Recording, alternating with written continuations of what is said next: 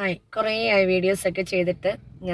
ഇന്ന് ഞാൻ പറയാൻ പോകുന്നത്, നമ്മളെല്ലാവരും രാവിലെ ഈ കുളിക്കുന്നൊരു പരിപാടി ഉണ്ടല്ലോ, പല്ല് തേക്കുക, കുളിക്കുക എന്ന് പറയുന്നത്. യഥാർത്ഥത്തിൽ അതെന്തിനായിരിക്കും? വൃത്തിയാകുക എന്നുള്ളൊരു ചിന്ത വെച്ചിട്ടാ ചെയ്യുന്നത് അല്ലേ?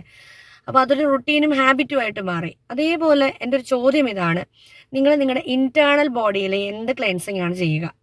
അതായത് നമ്മള് ഇന്റേണൽ ഓർഗൻസുകളുണ്ട്, രക്തക്കുഴലുകളുണ്ട്. അപ്പം ഇത് വൃത്തിയാക്കാനായിട്ട് നമ്മൾ പല്ല് തേക്കുന്നത് പോലെ, കുളിക്കുന്നത് പോലെ നമ്മൾ എന്തെങ്കിലും കാര്യങ്ങൾ ചെയ്യുന്നുണ്ടോ അതിനു വേണ്ടി?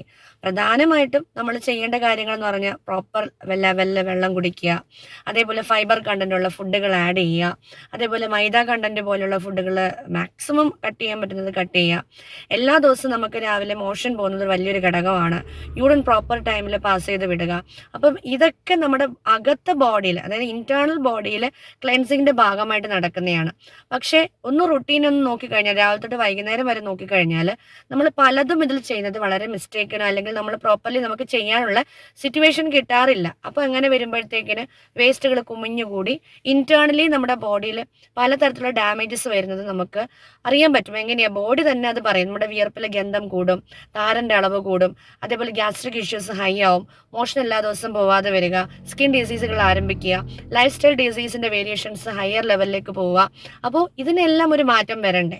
അതിന് വേണ്ടിയിട്ട് ന്യൂട്രാസ്യൂട്ടിക്കൽസിൽ വളരെയധികം സപ്പോർട്ടീവ് ആയിട്ടുള്ള ക്ലെൻസിങ് റെജുവിനേഷൻ എന്ന് പറയുന്ന പ്രക്രിയ നടക്കുന്ന പാക്കുകൾ നിരവധി അവൈലബിൾ ആണ്.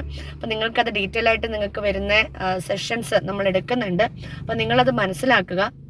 നമ്മുടെ ബോഡിയിൽ നമ്മുടെ ഓരോ അസുഖവും മാറ്റിയെടുക്കാനായിട്ട്, അല്ലെങ്കിൽ നമ്മൾ എന്നും യങ് ആയി എനർജി ആയിട്ട് നിൽക്കണം എന്നുണ്ടെങ്കിൽ ആദ്യഘട്ടം ക്ലെൻസിങ് ആണ്. ബോഡിയിലെ വേസ്റ്റുകളെല്ലാം പുറന്തള്ളി എല്ലാ ദിവസവും ക്ലീനിങ് നടക്കണം.